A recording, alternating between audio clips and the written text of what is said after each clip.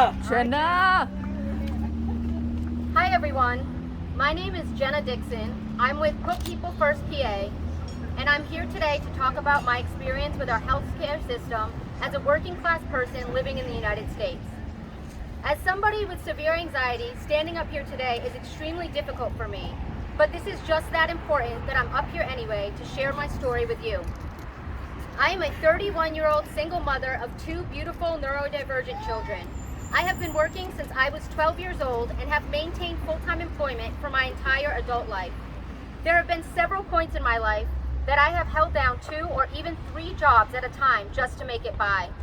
I have worked jobs that required me to be on my feet for 12 hours a day with no breaks. I've worked jobs where I got off work in the middle of the night, only 6 hours before I had to be back in for the morning shift. I've worked jobs where I went days without eating because I didn't have time. Nobody that knows me or has ever worked with me would ever consider me lazy or say that I don't want to work. And yet even with 2 or 3 jobs, I've still lived paycheck to paycheck for most of my life. And yet I'm constantly hearing that nobody wants to work anymore because we are sick of being exploited at jobs that don't pay us a livable wage. Shame! Living paycheck to paycheck is a gruesome reality for most of the working class, making it so that any unexpected expenses that arise can easily put you behind. This is what happened to me when I was in my early 20s and pregnant with my son. It was my first experience with state benefits. It was my first winter in a new apartment and the windows weren't sealed off properly, but I didn't find that out until I received my first energy bill, which was outrageously high and out of my budget. It wasn't my fault that the windows weren't sealed properly, causing the heat to run constantly, and yet I was the one stuck with a bill I couldn't afford. My electricity got shut off and I had to sleep under every blanket I owned just to stay warm enough. I was worried about my unborn child while I lived without water, plumbing, heat, or a means of cooking. When I applied for assistance, they denied me, claiming I made too much money to qualify, and yet there I was, living without electricity and with no way to get it turned back on. It is almost impossible to describe the feeling of despair felt when you are doing everything in your power to make it by, and someone who knows nothing of your situation looks at some statistics on a paper and tells you they disqualify you. So how is this related to healthcare?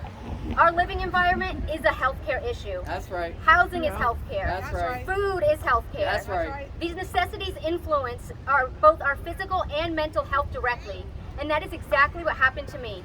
However, because my health insurance was on and off again throughout my 20s, I had many health issues that went undiagnosed, that I never received care for, and that altered my life significantly. Every job I've ever had has required a doctor's note for any absences because my labor was more important than my health. They didn't see me as a person, they saw me as a cog in a machine. I did not have health care throughout most of this time.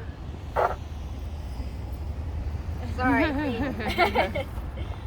And would have to pay to go to the doctor to get a note so that I wouldn't lose my job.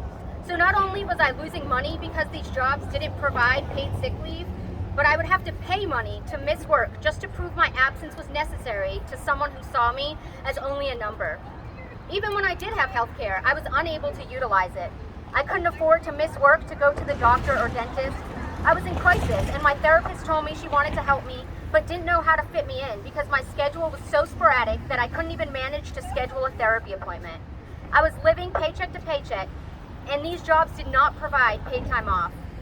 I've been told my whole life that if I just work hard, I will make it. I will be successful, I will be financially stable, etc., etc.